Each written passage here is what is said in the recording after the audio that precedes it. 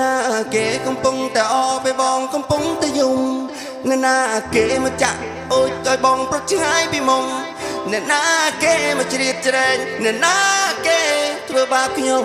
ឆ្លើយ5 មួយម៉ាន់មកអូ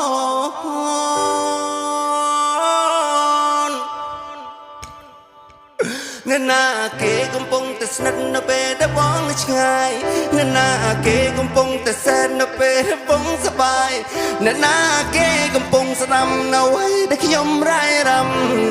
ថាខ្ញុំបានមនុស្សដែលខ្ញុំស្ដាយ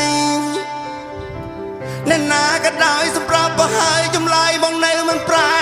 មកមិនដែលបត់ស្នេហ៍ជួយថ្ងៃកិច្ចកែប្រែប្រែអូនសោកាត្រូវចាំថាអូនជំនុំដែលបងប៉ុនបងសសងលមរណានឹកនេះដល់បងជីវ៉ាអនុងសាយើងទាំងពីរថ្ងៃដូចជាយប់នៅក្នុងបន្ទប់អារម្មណ៍ខ្ញុំមានវិបាកសុខគ្មាននៅឆ្លើយអត់មានចម្លើយហើយអ្វីក៏អូនមិនស្ដាប់អនុងសា